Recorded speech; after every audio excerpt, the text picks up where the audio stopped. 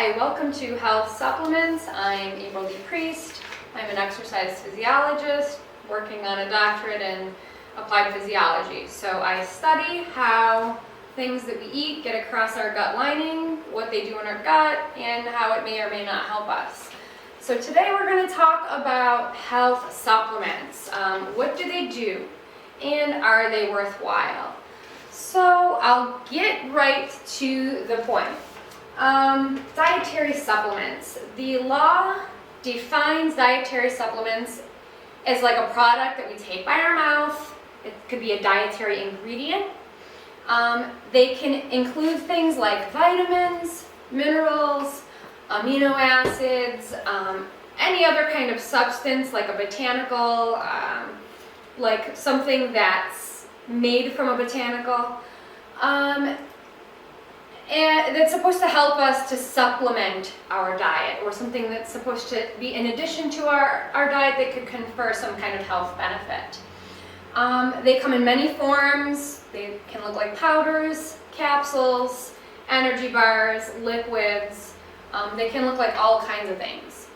And sometimes the lines get a little blurred, like is this a food or is this a supplement? And we'll try to tease out that information. So supplements, as far as the FDA is concerned, it includes vitamins and minerals, botanicals or herbal products. Those come in many forms, include plant materials like algae, fungi, some combinations of these, amino acids, which are just the building blocks of our protein. So a lot of times, especially people who are interested in building lots of muscle, will try to stimulate the sort of production of new muscle by going ahead and taking extra amino acids. I typically get a lot of questions from like the one or two people in the room who are interested in doing this, and so I'll try to make sure I touch on some of that while I'm talking about these things. They do play other roles in metabolism and recovery, so there might be an interesting reason to try and take something like that then. And enzyme supplements. They're complex proteins, typically, that our bodies usually already make, or maybe they don't make them anymore. So for instance, if you're lactose intolerant, that just means that your body doesn't make the enzyme any longer that breaks down the sugar in milk, lactose. So you cannot tolerate it. If you take the enzyme lactase that you probably were making when you were a baby, or that other people who can tolerate lactose that they make, you can just take that in a pill form, and that will then be the enzyme that breaks down that lactose, so you don't have those unfortunate consequences. There are lots of other, like Beano is another example. They speed up biochemical reactions so that you don't have those adverse reactions from not being able to break down those foods.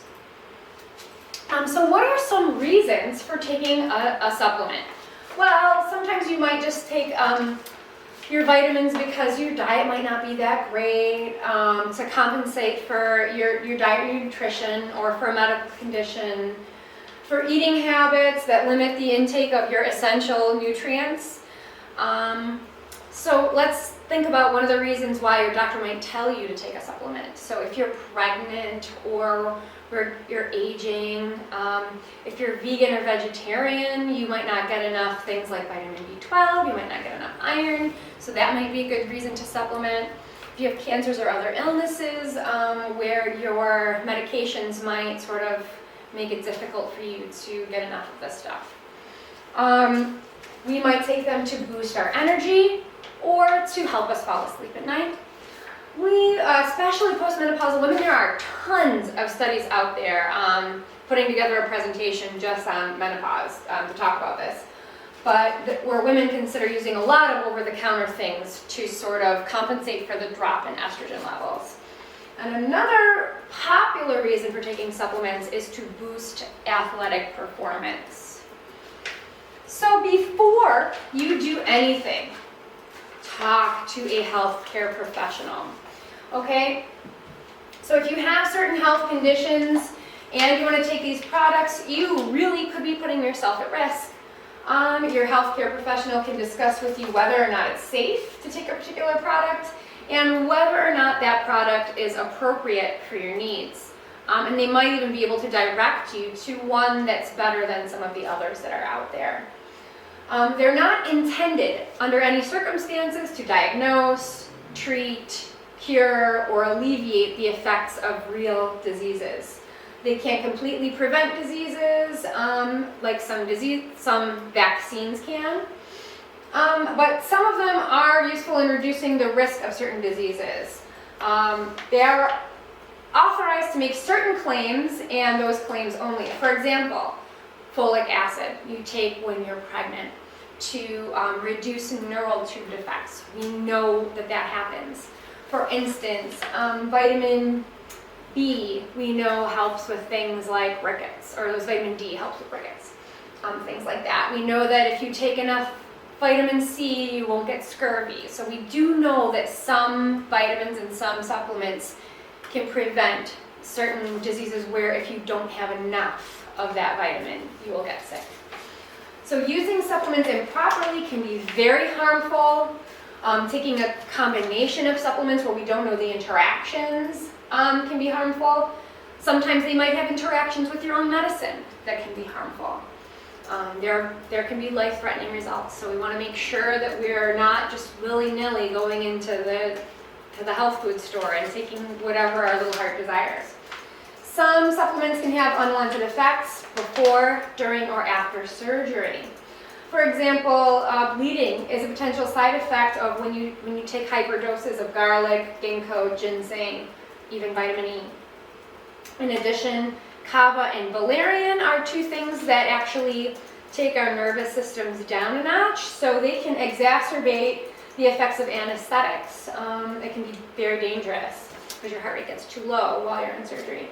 So before you go into something like that, you want to confirm with your doctor and let them know all of this healthcare or all of the supplements that you do use. So this is a big part of the safety of a supplement. How are supplements regulated? So federal law does not require supplements to be proven safe by the FDA. If anything, any ads that you hear about a supplement falls under the Federal Trade Commission. So if you hear ads or you see commercials for something, you're going to see that advertising then be looked at rather than the actual supplement or what's in that supplement. So for most claims made in the labeling of dietary supplements, the law does not require the manufacturer or the seller to provide proof to the FDA that it's what it says is in there, or that it is accurate about the product. So for instance, if you want to know more about this, a few years ago, Frontline did a great show about, I think it was actually called Supplements. You can go onto PBS and you can look it up and you can watch it. But there was a chiropractor who wanted to come up with his own line of vitamins and minerals. So he, did everything right. He went and he found a supplier to get these vitamins, and then he had to make them into pills. So he hired out a little factory and he had them produced, and then he had them, put in his little bottles, and he would tell his, patients to come and get them. And under most circumstances, it would have been really healthy and fine to do. However, someone in the factory that was making these vitamin D tablets or these magnesium tablets wasn't cleaning out their equipment very well, and they were making something else right before it. So these vitamins became contaminated. Now, none of this stuff is batch tested. There's no rules about how to do that. So it wound up actually having, I think over 50 people had to have liver transplants and got very, very sick from these contaminated vitamins. So that's one of the reasons why supplements can be kind of iffy. Now, let's say that we're looking at, if I wanted to start a supplement company, I have to source my stuff and I have to know where it's coming from. Like, for instance, I want to make protein shakes.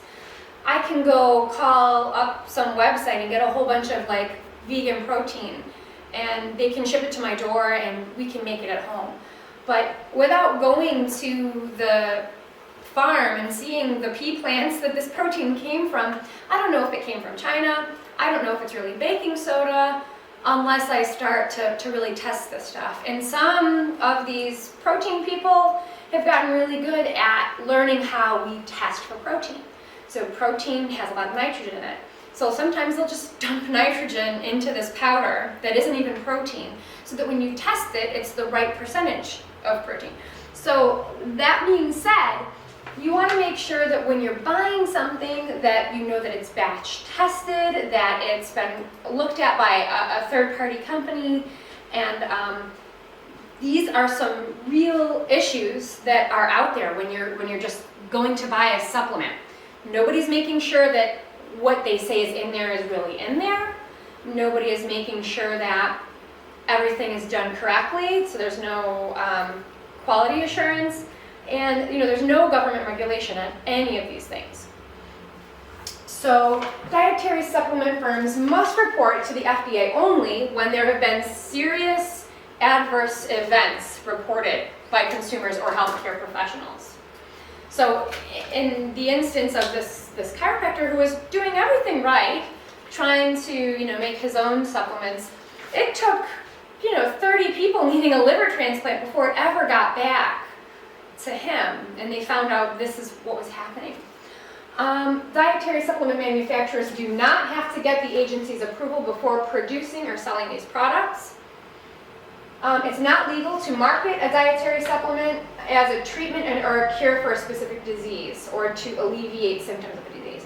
So that means that even when you look at like your box of Cheerios, it'll say may help to reduce heart attacks or may improve heart health, things like that. They have to be very careful about how they word things, but they can allude to helping you with all kinds of different problems. So the limitations to the FDA oversight are just that they can't look up every single claim. Nobody even has to report to them unless something really terrible has happened.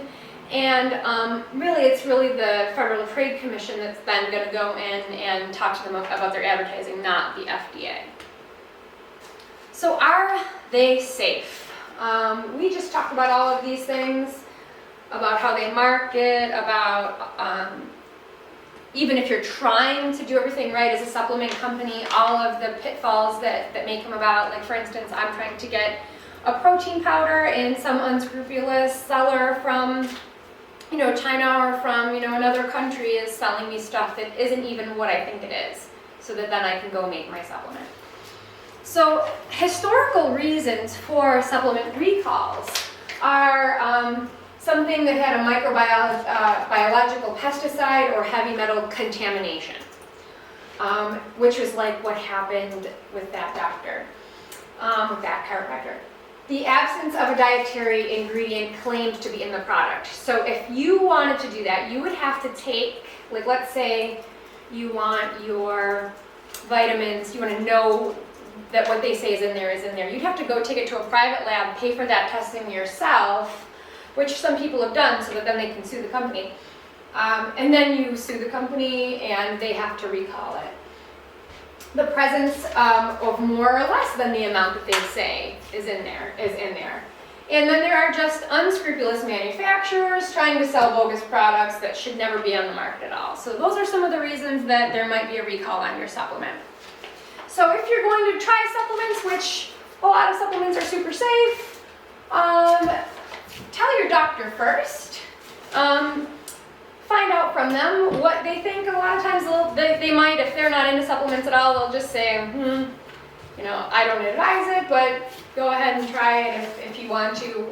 If you're on anything that could interfere with it, they'll tell you what they think for sure. But usually they might direct you to a better source if they had anything to say about that. For instance, I'm thinking of fish oil tablets. So some fish oils are much, much better than others. And there's even one that you can get like a pharmaceutical grade fish oil tablet. And a lot of times doctors will just write the prescription for that. Your insurance then pays for it. You don't pay for it out of pocket. You go right to your pharmacy and you get that. You pick that up rather than trying to go find the best one off the shelf.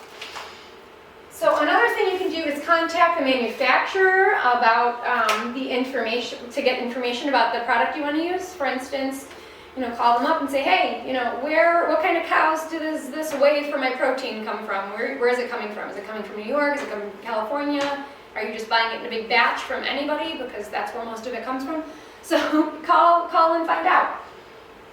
Be aware that some supplement ingredients, including nutrients and plant components, can also be toxic. So just because it came from a plant doesn't mean that it's healthy for you. Also, ingredients can be harmful when consumed in high amounts. For instance, like fat-soluble vitamins, like vitamin E. That means that vitamin, it will stay in your fat. It doesn't just go through you. So if you take too much of it over too long of a time, it can actually cause a lot of health problems. So you can take too much of a good thing. And when it's used in combination with other drugs, substances, or foods. So sometimes supplements are not beneficial. So don't self-diagnose yourself with any health conditions. Work with your healthcare professionals to determine best how to achieve your optimum health. I'll give you a really embarrassing example of something that I did when I was younger. I was working a lot, and I don't know what happened, but I had this overwhelming, paralyzing feeling of being tired. And I remembered back to a time when I was on the swim team in college, and I was really, really tired the same kind of tired, and I was anemic. And the doctor gave me I told me to go take iron pills. So this was a few years ago, and I decided, well, maybe I'm just anemic again. I'll just go take some iron pills. So I did. I took an iron pill, which is something like 4 times the recommended daily amount, which causes all kinds of other problems. So if you take an iron pill and you're not anemic, too much iron will actually make you constipated. So then I was really tired and really constipated for a few days, and it snowballed effect on how I felt, and nothing got better for a long time. So that was a pretty benign way of, and too much iron over time can really do a lot of damage to you. So fortunately I didn't do anything like that, but I didn't help my condition. I didn't talk to my doctor. I just tried to figure out what was wrong with me and fix it then. So just let that be a note to self. Don't just go to the store and pick up 5 different kinds of things that say that they might help a condition that you have. Talk to your doctor first. Don't substitute a dietary supplement for a prescription medicine. Not for your physical therapy, and many other foods will be more helpful than just the supplement itself. I will talk about supplements that are helpful that you can take in a way that isn't like taking a pill. So we'll talk about that too. Don't assume that the word natural in relation to a product means that it's wholesome or safe or like organic or anything like that. Natural legally can mean really just about anything now. Be wary of hype and headlines. Sound health advice is based on years and years of research, not one study. And so that's in relation to when you go on Instagram and social media and you see the Kardashians promoting like some weight loss tea. In general, that stuff does not pan out, okay? So learn to spot false claims. Something sounds too good to be true, it usually is. If you have problems, you want to try to report them, you just go right to the FDA.gov and report it, and in that way, they will attempt to get back to that manufacturer. They will look into it, and there will be a formal inquiry process. Maybe the FTC gets involved. There is an FDA Consumer Report Complaint Coordinator, and you can look that up as well. You can just put that right into Google and search it. Adverse effects can be reported to the product's manufacturer or distributor. You can call the phone number listed right on their container or their label. They're required legally to forward reports that they receive about serious adverse effects within 15 days. I would still call the FDA. The truth behind the top 10 dietary supplements. So we're going to really talk about this stuff. So some of the big ones are things like multivitamins. Taking a daily multivitamin with minerals is considered to be like insurance on your dietary shortfalls. So it's like if you only take one half the time, you're still probably better off than taking one all the time. There's no harm in taking one's daily multivitamin as long as you pick the one that has the right thing in it for your gender and your age, and you pick one that's like a well-known brand, not some like brand. You don't want to wind up taking something that nobody's ever looking into. So like, Centrum or something that's been looked at for years. We believe that it's pretty safe. It's been shown to be safe in many studies, something like that. So take one daily or just on the days when your diet's inadequate. But better than a multivitamin is to have a really good diet. But who can have a really good diet all the time? So take your vitamins once in a while and don't stress about it. How does that sound? The next big one is sports nutrition supplements. These are huge. It's a broad category. It includes powders, gels, bars, designed to enhance physical performance, either by enhancing hydration or fuel status. And so for years, this is really what I studied. I studied glucose cycling through the body during intense or long distance exercise. So I looked at different ways to either manipulate that or how our own hormones affected that. Sports supplements can offer a subtle but incremental effect when combined with consistent, well thought out planning. What does that mean? It means like if you take a Gatorade and you're running a marathon, it can actually help you. But if you do it in a way that you're only taking so much every, 30 minutes, it'll help you more. If you're taking a Gatorade while you're playing in the outfield, it's probably not going to have any effect on the outcome of your game just because you're using way less energy and you probably don't need that energy.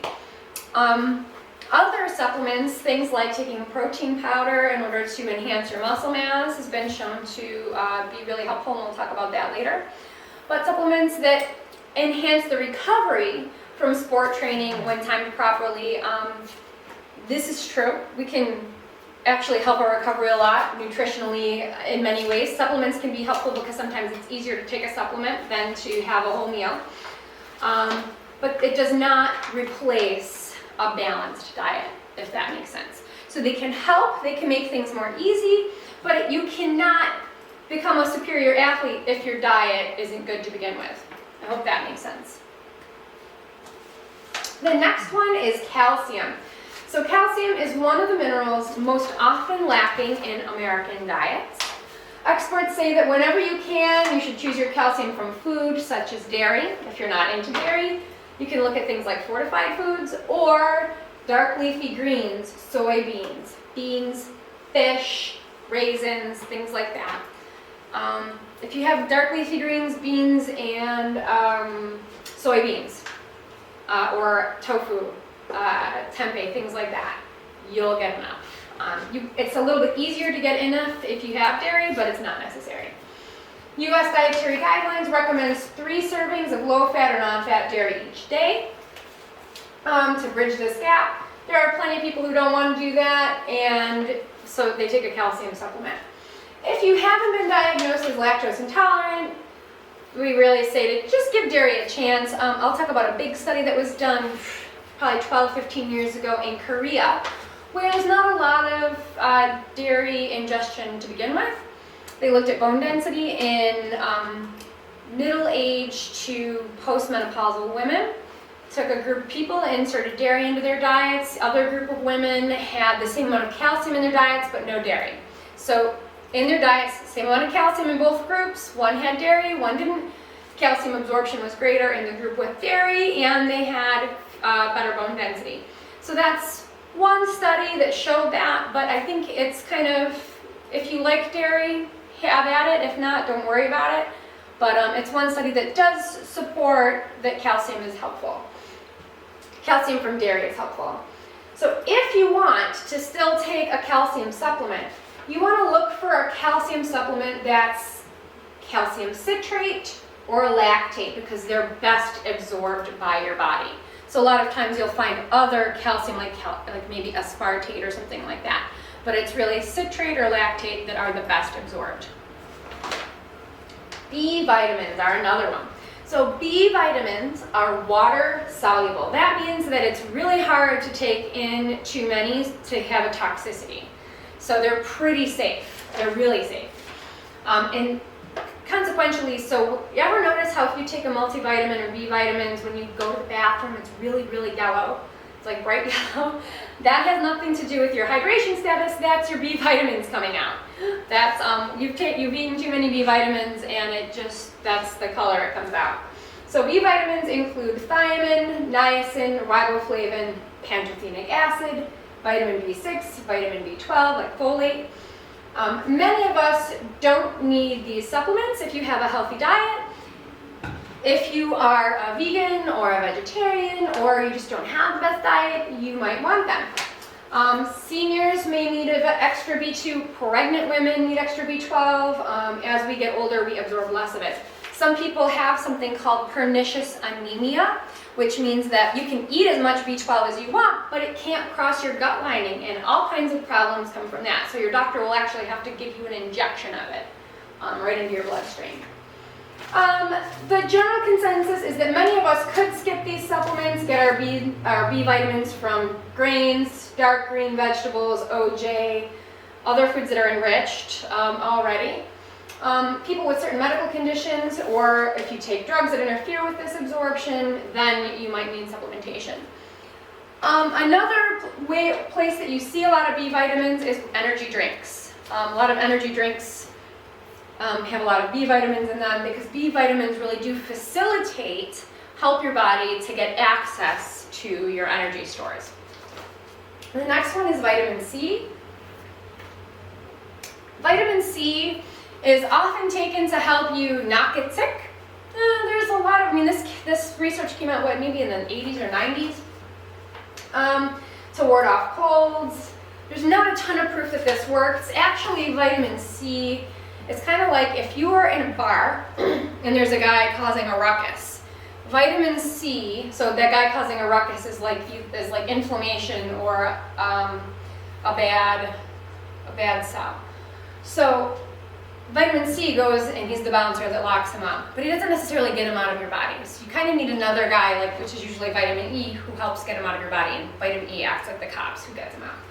But vitamin C is helpful to kind of help reduce inflammation.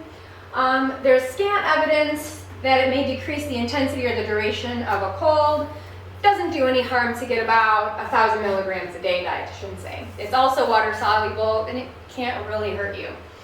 Your healthcare provider might tell you to take vitamin C if you have a wound that's healing, but otherwise, go for food sources. You can see, everybody I think knows you get it in orange juice and citrus fruits. Anything that's red, green, or yellow will have a lot of vitamin C in it. So things like peppers, grapefruits, peaches, papayas, pineapples, even broccoli, strawberries, tomatoes, and melons have a lot. Another group of supplements is glucosamine and chondroitin. A lot of times we take these things sometimes with something else called MSM, or even HLA, high hyaluronic acid. A lot of times we see these things for people with joint pain. There's been a ton of research on it. And so if you get these two things along with MSM, has been the most successful sort of combination. It may be effective at mediating medium to severe pain caused by arthritis. And so one of the biggest papers that I looked at showed that about 40% of osteoarthritis patients benefited from taking this. However, a lot of them also took Tylenol, so they can't know what really helped them. But it's in general pretty safe. You want to, again, go with a label that has either been batch tested or that has been trusted, something that's been out there for a long time, like Nature's Way or Nature Made. Those are two good ones. I think both, if one of them or both of them are batch tested by a separate company, so to make sure that what's in there is in there. What they say is in there is in there. And the next one is homeopathic medicines. So these are not technically dietary supplements. They're kind of like in that wavy space. Is this a food? Is it a supplement? It is a popular category. Some people will absolutely consider them supplements. The NIH, National Center for Complementary and Alternative Medicine website shows that homeopathy can help, it cannot help. We have studies that are contradictory. Some suggest that the results are due to a placebo effect, but hey, if you feel better, you feel better. It doesn't even work as well as if you have a cough and you take honey. Honey is actually about the same % effective as cough medicine. So placebo effects, sometimes we're okay with. Others have found positive effects that are not really explainable yet in scientific terms. So homeopathics are benign because they're so dilute that they can't really confer any bad effects on your body. Things that would confer a bad effect would be like if it was contaminated with a pesticide or something like that. So again, make sure you go with a reputable company when you look for this stuff. The explosion in this category does include things that could be really bad for you. So when you go online and you go down social media and you see these cleanses and these detox teas and things like that, I would be really wary of those. They're marketed as kidney, liver, and other organ cleansers. Well, I hate to tell you that our body cleans that stuff on its own. Like our liver is its own filter. And there are herbs that can help with that, but what you could do is, just find a tea that has something like milk thistle in it, and we know that helps with that. You don't necessarily need to go to this brand that claims that they themselves, without the help of any prevailing science or scientists, have come up with this great recipe. So also anything that tells you that you're going to lose weight and be skinny, just don't trust it, because there's no drink. We would all be skinny if there was just a drink that you had to take to be skinny. So consult your healthcare professional. Don't try to treat a disease with something like this, and definitely don't take it to be skinny. There are a lot of things that are helpful in homeopathy, though. There are a lot of different kinds of teas that you can take, but like we said, are benign. There are things that can help our parasympathetic nervous systems that would just help us calm down. There are things that can stimulate our nervous systems, just like caffeine. There are things that can help our blood flow move a little bit better. There are things that you can take that are just teas, and they have a very minor, very subtle effect. Another group category is meal replacements. Things like powdered and liquid, things like Slim Fast, Ensure, might not be what most of us think of as dietary supplements because it's like a drink. It's like, for some people it's a snack, for some people it's lunch. But they're included because they're intended to supplement the diet. Nobody could live on Slim Fast. God, let's hope nobody tries to live on Slim Fast. There is a small group of computer science engineers who for a while were trying to live off of something like this called Soylent, and I think someone got mad at me once for saying, just eat food. Because that sounds like a horrible existence. But most people use this to supplement their diet. So if you can't eat regular food because you're sick or because of, you don't have time in your day, these products are good alternatives. Eating a wide variety of foods is much, much better for you.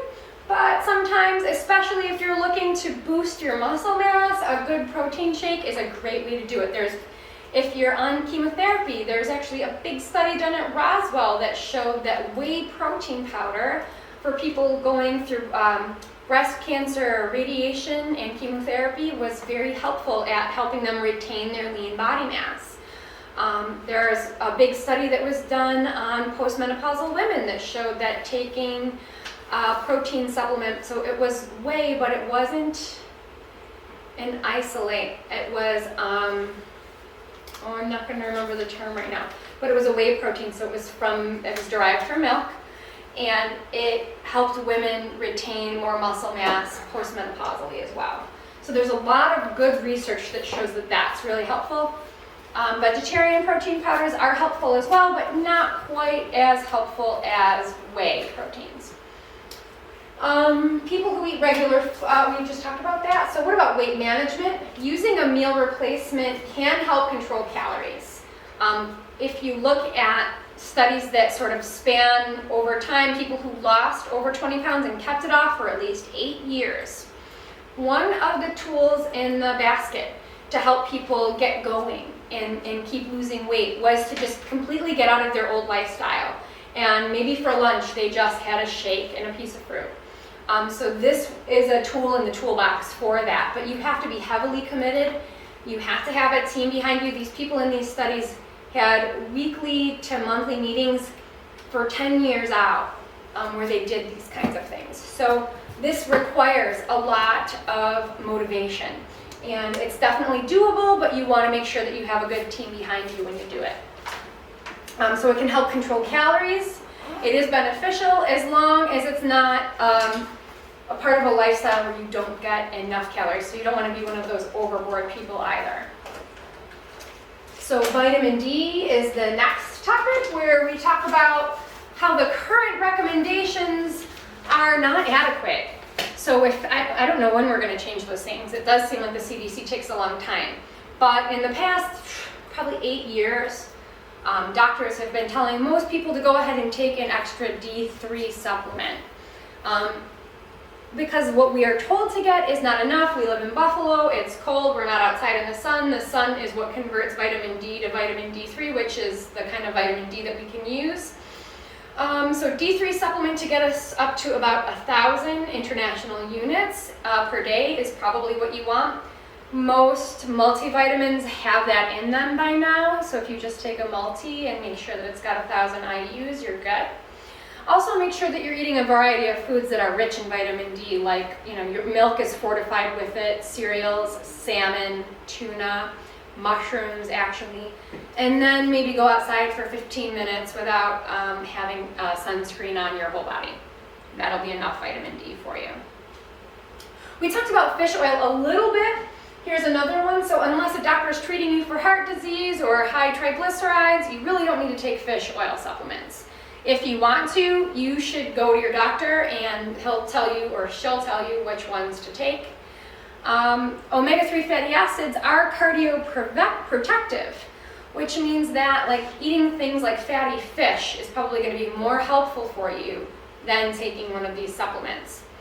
The DHA that's in fish oil is really kind of what we're after, so a lot of times doctors will tell pregnant women to take a pregnancy supplement with that DHA in there. You don't necessarily have to go through fish oil. Sometimes the fish oil, after it's been processed and sits on the shelves, doesn't remain as healthy for you, so you want to be careful with those. Make sure you talk to your doctor. So again, when you choose supplements, some are better than others. You want to talk to your doctor first. You want to choose a brand that's been around for a long time that's trusted. You want to take a look at that label, see if there's a third-party company that's checked and that has given them certification. I know Nature's Way has that. Nature Made may as well. I know GNC started batch testing, meaning that after every batch of a supplement goes out, it has to be tested so that what they say is in there and that it's not contaminated. So GNC might be a good place to try food or to try these supplements, and you might want to ask them there just to make sure when you buy something. Read their claims carefully. If it sounds too good to be true, it probably is. If you want to take it a step further, go ahead and just do a quick search for some of the studies that talk about the effectiveness of these things. You can also, if you're one of these people that you really want to get jacked, you want to get big, or you want to have a sports success, you can go through some of these journals, especially the Journal of Sports Nutrition, Exercise Metabolism, to find out about what supplements would be good for you. And that's a wrap.